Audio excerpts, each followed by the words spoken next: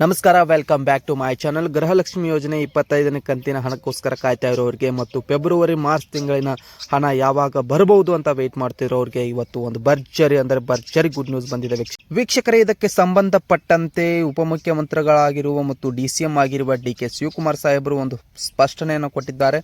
ಯಾಕೆ ಗೃಹಲಕ್ಷ್ಮಿ ಯೋಜನೆ ಹಣ ಪ್ರತಿ ಸಾರಿ ಬಿಡುಗಡೆಯಾಗುವುದು ತಡವಾಗುತ್ತಿದೆ ಮತ್ತು ಈಗ ಬಾಕಿ ಉಳಿದಿರುವಂಥ ಕಂತುಗಳ ಹಣ ಯಾವಾಗ ಬಿಡುಗಡೆಯಾಗುತ್ತೆ ಎಂಬುದರ ಬಗ್ಗೆ ಒಂದು ಸಂಪೂರ್ಣವಾದಂಥ ಮಾಹಿತಿಯನ್ನು ಕೊಟ್ಟಿದ್ದಾರೆ. ಆ ಮಾಹಿತಿ ಏನು ಎಂಬುದನ್ನು ಈ ವಿಡಿಯೋದಲ್ಲಿ ನಿಮಗೆ ಸಂಪೂರ್ಣವಾಗಿ ತಿಳಿಸಿಕೊಡ್ತೇನೆ. ದಯವಿಟ್ಟು ವಿಡಿಯೋ ತುಂಬ ಇನ್ಫಾರ್ಮೇಟಿವ್ ಆಗಿದ್ದು ಎಲ್ಲಿಯೂ ಸ್ಕಿಪ್ ಮಾಡದೆ ಕೊನೆವರೆಗೂ ನೋಡಿ. ಇಷ್ಟ ಆದರೆ ಲೈಕ್ ಮಾಡಿ ಅಂತ ಹೇಳ್ತಾ ಬನ್ನಿ ವಿಡಿಯೋನ ಸ್ಟಾರ್ಟ್ ಮಾಡೋಣ. ವೀಕ್ಷಕರೇ, ಇದುವರೆಗೆ ಗೃಹಲಕ್ಷ್ಮಿ ಯೋಜನೆ 24 ಕಂತುಗಳವರೆಗೆ ಅಂದರೆ ಒಟ್ಟು 48,000 ರೂಪಾಯಿಗಳು ಪ್ರತಿಯೊಬ್ಬ ಮಹಿಳಾ ಫಲಾನುಭವಿಗಳ ಅಕೌಂಟ್ಗಳಿಗೆ ಜಮಾ ಆಗಿದೆ. ಇದರಲ್ಲಿ ಒಂದಿಷ್ಟು ಮಹಿಳೆಯರ ಅಕೌಂಟ್ಗಳಿಗೆ 24ನೇ ಕಂತಿನ ಹಣ ಇನ್ನೂ ಸಹ ಬಂದಿಲ್ಲ. ಯಾರಿಗೆಲ್ಲ 24ನೇ ಕಂತಿನ ಹಣ ಬಂದಿಲ್ಲ, ನಿಮಗೆಲ್ಲರಿಗೂ 23ನೇ ಕಂತಿನವರೆಗೂ ಸಹ ಹಣ ಕಡ್ಡಾಯವಾಗಿ ಬರ್ತಾ ಇತ್ತು. 24ನೇ ಕಂತು ಮಾತ್ರ ಇನ್ನೂ ಬಂದಿಲ್ಲ ಅನ್ನುವಂತಹ ವರದಿಗಳು ಸಹಿತ ಬರ್ತಾ ಇವೆ. ಇದು ನಿಜ. ಇನ್ನೂ ಬಹುತೇಕರಿಗೆ 24ನೇ ಕಂತಿನ ಹಣ ಬರೋದು ಬಾಕಿ ಇದೆ. ಯಾರು ಗಾಬರಿ ಆಗುವಂಥ ಅವಶ್ಯಕತೆ ಇಲ್ಲ. 24ನೇ ಕಂತಿನ ಹಣ ಜಮಾ ಆಗದವರೆಗೆ 25ನೇ ಕಂತಿನ ಹಣ ಬಿಡುಗಡೆಯಾಗುವ ಸಂದರ್ಭದಲ್ಲಿ ನಿಮಗೆಲ್ಲರಿಗೂ 24ನೇ ಕಂತಿನ ಹಣ ಜಮಾ ಆಗೇ ಆಗುತ್ತೆ. ಯಾವುದೇ ರೀತಿಯ ಆತಂಕಗಳು ಬೇಡ. ಇನ್ನು ಉಪಮುಖ್ಯಮಂತ್ರಿಗಳಾಗಿರುವ DK ಶಿವಕುಮಾರ್ ಅವರು ಮಾಧ್ಯಮಗಳ ಪ್ರಶ್ನೆಯಾದ ಫೆಬ್ರವರಿ ಮತ್ತು ಮಾರ್ಚ್ ಹಾಗೂ 25ನೇ ಕಂತಿನ ಹಣದ ಕುರಿತಾಗಿ ಕೆಲವು ಡಿಜಿಟಲ್ ಮಾಧ್ಯಮಗಳಿಗೆ ಉತ್ತರವನ್ನು ಕೊಟ್ಟಿದ್ದಾರೆ. ಅದೇನೆಂದರೆ, ಎಂತಹದೇ ಸಂದರ್ಭದಲ್ಲಿಯೂ ಸಹ ಫೆಬ್ರವರಿ ಮತ್ತು ಮಾರ್ಚ್ ಸೇರಿದಂತೆ ಬಾಕಿ ಕಂತುಗಳೇನಿವೆ ಅವುಗಳನ್ನು ಬಾಕಿ ಉಳಿಸುವುದಿಲ್ಲ.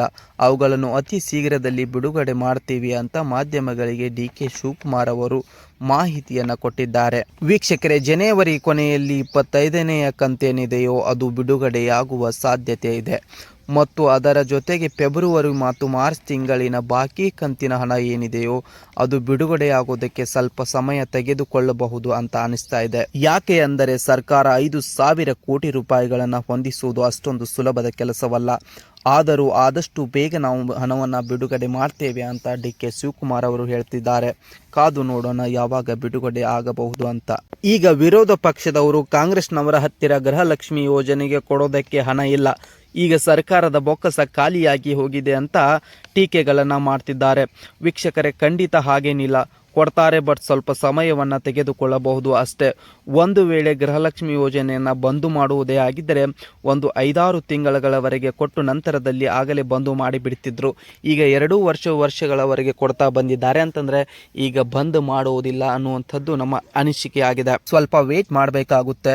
ಹಾಗಾಗಿ ನಮ್ಮ ಅನಿಸಿಕೆಯ ಪ್ರಕಾರ ಜನವರಿ ಕೊನೆಯಲ್ಲಿ 25ನೇ ಕಂತು ಬರುತ್ತಾ ಬರಲ್ವಾ ಅನ್ನುವಂಥ ಬಹಳ ಜನರ ಪ್ರಶ್ನೆಗೆ ಜನವರಿ ಕೊನೆಯಲ್ಲಿ ಯಾವುದಾದರೂ ಒಂದು ಕಂತಿನ ಹಣ 2,000 ರೂಪಾಯಿ ಬಿಡುಗಡೆ ಆಗಬಹುದು ಅಂತ ಅನಿಸುತ್ತೆ.